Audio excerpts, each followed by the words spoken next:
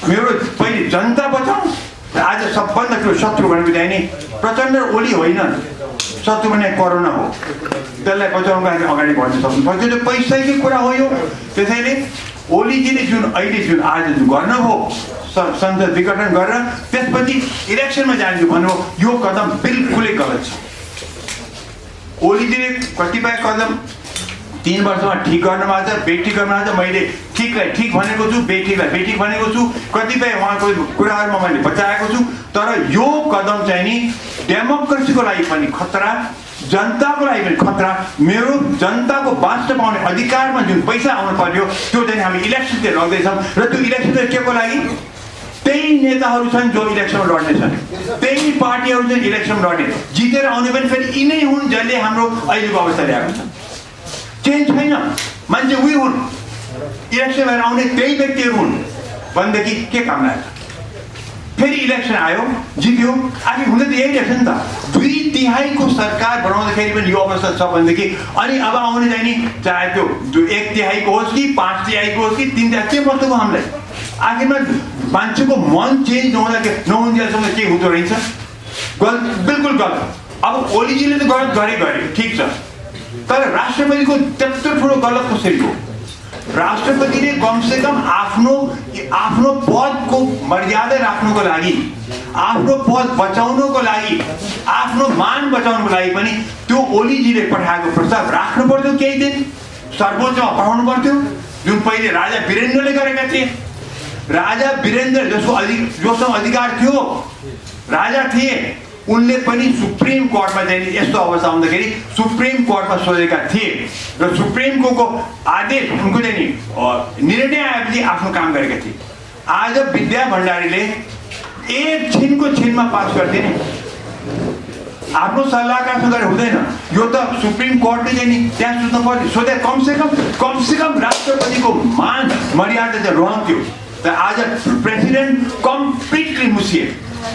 हुन त विद्या भण्डारी कम्प्लिटली चाहिँ पोलिटिक्समा एकदम मुस्किल आउने, तर अहिले आएर चाहिँ राष्ट्रपतिको पदै चाहिँ खत्तम भइदियो। सो यो यति ठुलो गल्ती भएको छ। अब कुरा आउँछ ओलीजीले चाहिँ नि यो जुन गर्नुभएको छ, अब भइगयो। भोलि चाहिँ नि सुप्रिम कोर्टले अब के गर्छ भन्ने कुरामा सुप्रिम कोर्टले अर्को उपाय नै छैन। सुप्रिम कोर्ट कसैको दबावमा छैन भनेदेखि, सुप्रिम कोर्टले विशुद्ध न्याय हेर्ने हो भने, सुप्रिम कोर्टले राष्ट्र हेर्ने हो भने, उसले संविधान हेर्ने हो भने उसले उपाय नै छैन।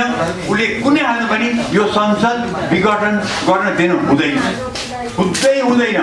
किनभने सुप्रिम कोर्टले हेर्छ के भनेदेखि लेटर अफ द ल, संविधानमा के लेखिया छ, त्यो लेखेको मर्म के थियो, लेख्या र मर्म त्यो बेलाको नेपालको हो।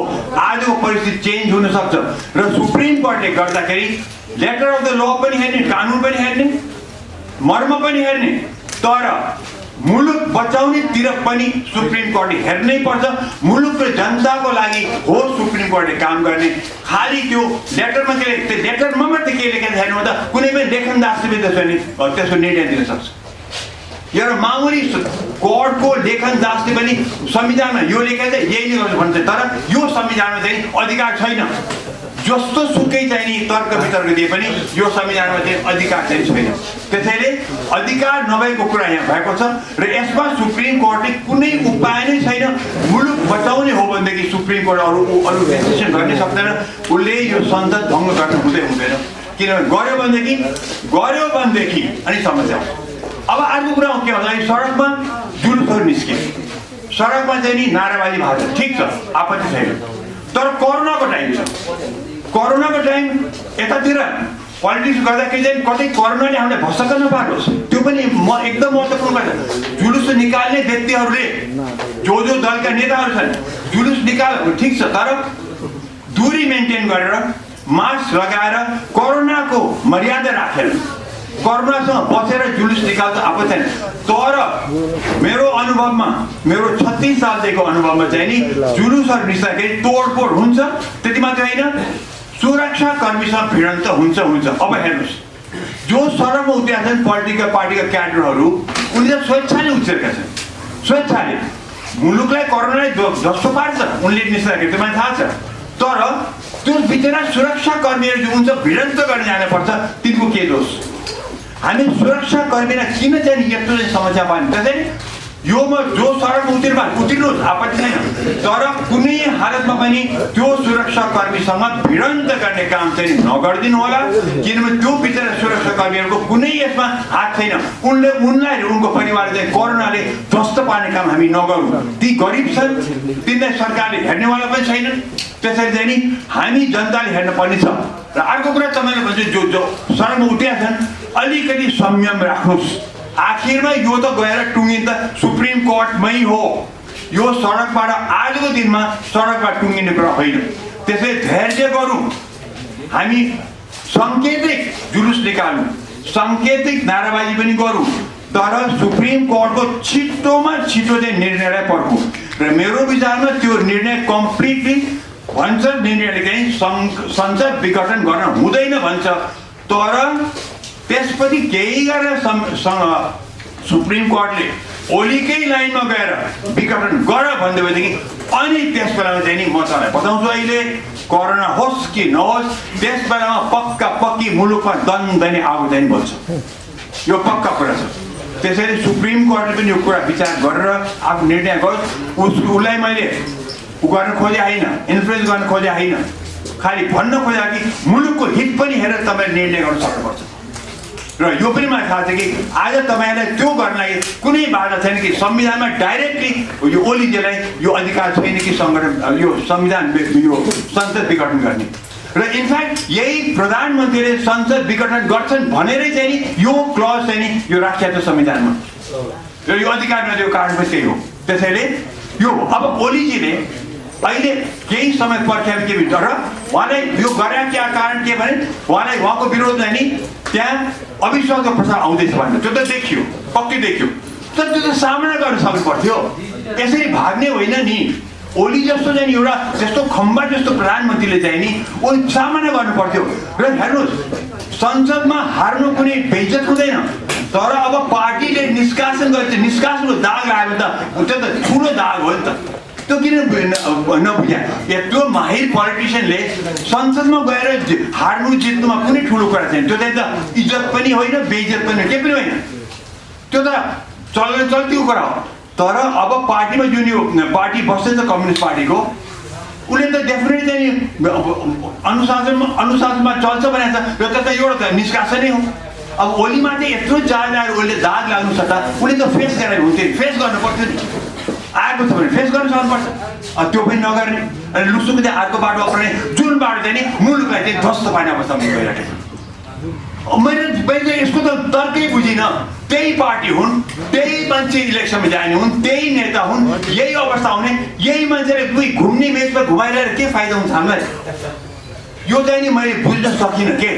त्यसैले चाहिँ नि अहिले मुलुक धेरै ठुलो सङ्कटमा परेको छ। र यो पनि तपाईँ बताइदिउँ, यसको चाहिँ नि हामी दोषीहरू हेर्ने हो भनेदेखि कोही पनि यो यसबाट चाहिँ छुटकारा पाउन सक्दैन। कम्युनिस्ट पार्टीको कुनै माथिल्लो तहको नेताले चाहिँ नि यसमा छुट पाउन सक्दैन, यो सबै दोषी छन्, चाहे प्रचण्ड हुन्, चाहे माधव नेपाल हुन्, चाहे झलनाथ हुन्, चाहे जो हुन्, ग्याङ अफ 4 हुन् कि ग्याङ अफ 5 हुन्, 6 हुन्, मतलब छैन, उत्तिकै दोषी छन्। किनभने यो अवस्था ल्याउनुमा यिनी सबैजना दोषी छन्। आजको दिनमा संसद विघटन गरेको हुनाले ओली नै दोषी हुन्, तर यो अवस्था निम्ति आउनुमा चाहिँ नि यी सबै पनि दोषी छन्। प्रक्रियामा यो आजै जुन पुग्नुमा पनि दोष छैन। किनभनेदेखि एउटा बताउँ, हरिणलाई पनि बाघले रखट्दै गयो भनेदेखि एक पोइन्टमा पुगेपछि जब हरिण चाहिँ थाहा छ कि म मर्छु भने परेपछि उसले पनि थाहा छ मर्छु भनेर पनि उसले सिङ लिएर चाहिँ बाघमाथि अट्याक गर्छ। र ओलीले चाहिँ घ्याक्दै ग्याङमा 4ले घ्याक्दै ल्याएर चाहिँ त्यो भित्तामा पुऱ्याएपछि उसले चाहिँ हरिणले गराएर बाघमा अट्याक गरेको।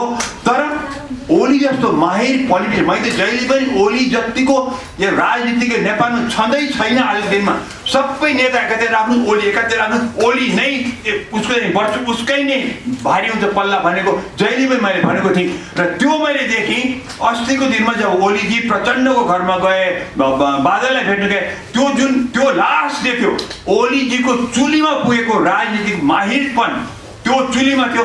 जब भोलिपल्ट संसद विघटन गरे त्यो चाहिँ गन्धरायण गुन्द्रुन गयो। जस्तो प्रचण्डलाई मैले एक जमानामा प्रचण्ड नै भन्थे, जब इलेक्सन चाहिँ उनको चाहिँ पक्षमा जान आँटेन, राति 2 बजे चाहिँ उनले चाहिँ म मान्दिनँ भने उनी चकनाचुर भएका थिए। ओली मेरो उसमा चाहिँ माहिर पोलिटिसियन त्यो दिनसम्म कस्तो गजब गरे।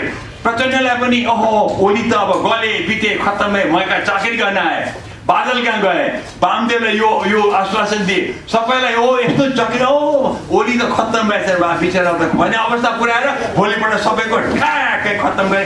त्यो भन्दा ठुलो चलाकी कुनै हुनै सक्दैन। यो त राजा महेन्द्रले गरेको कुरा जस्तो बताउँछ मलाई। जब राजा महेन्द्रले पुसको जो 17 साल गरेका थिए नि, त्यस बेलामा सुवर्ण शमशेर राजाको नजिक थिए। सुवर्ण शमशेर चाहिँ कलकत्ता जानु थियो र सुवर्ण शमशेर कलकत्ता जानु थियो कुन दिन हो, र त्यो सुवर्ण शमशेरलाई राजाले चाहिँ अब अलिक माया गर्ने के भन्नु, तिमी कहिले जाने कलकत्ता भनेर सोधे। सरकार म चाहिँ पुसको कति गर्थेँ, होइन काम गर्नु त गइहाल्न भने उसलाई 7 दिन अगाडि भगाइदियो। बिपीले चाहिँ नि अनि बिपीको चाहिँ नि पुसको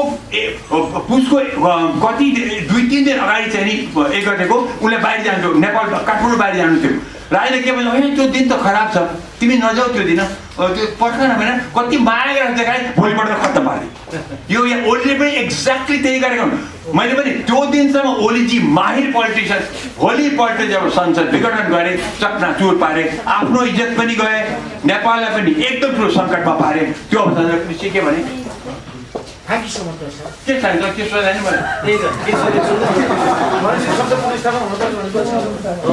होइन, इलेक्सनमा जानै सक्दैन, जानै हुँदैन, के कुरा गरे भने सुरुमै भन्दिनँ इलेक्सनमा जाने। कोरोनाको लागि पैसा म छुटा भ्याक्सिनको लागि कि म आज इलेक्सन लडिजाउँ, म यी पोलिटिसियनलाई यही आउने हुन् चुनिएर, यही पार्टी हुन्, यही नेता हुन्, यही अवस्था हाम्रो घुम्ने बेचमा अन्धो मान्छे भनेर त भइसक्यो यहाँ त। यदि सुप्रिम कोर्टले संसद पुनर्स्थापना गरिदिए भनेदेखि देशमा राजनीतिक सङ्कट उत्पन्न हुन्छ, सङ्कटकाल लाग्छ। सङ्कटकाल त कुनै पनि लाग्दैन। अब ओलीजीको हातमा के छ भनेदेखि या त उनले चाहिँ नि सुप्रिम कोर्टले भनेको कुरा मानेर खुसुक्कै चाहिँ नि सन्यास आगे सन्यास लिनुपर्छ सबै। अब त अब ओलीजीको चाहिँ नि पोलिटिकल करियर त धेरै छैन, न त यिनीको यतापट्टिको इतरका पनि प्रचण्ड छ, अब सबै सन्यास दिनै पर्छ, किनभने अब युवालाई छोड्नुपर्छ। अब यिनीहरू चाहिँ यो जसले यो हाम्रो यो अवस्था ल्याए, अब यिनले चाहिँ अब यो माथिका यता कम्युनिस्ट पार्टीका प्रचण्ड हुन् कि माधव नेपाल छन्, यी सबै अब सन्यास लिनै पर्छ। ओलीले पनि लिनुपर्छ, उपाय छैन, किनभनेदेखि यिनीहरूले हाम्रो देशलाई झ्याल 3 वर्ष बन्धक राखे, आज चाहिँ नौटङ्की गरेर खत्तम पारे हामीले। त्यसैले चाहिँ यो जानुपर्छ। र अगर सुप्रिम कोर्टले संसदलाई भङ्ग गर्यो भनेदेखि देशमा चाहिँ नि ठुलो सङ्कट दन्दै आगो बल्छ, यो बताउँदै।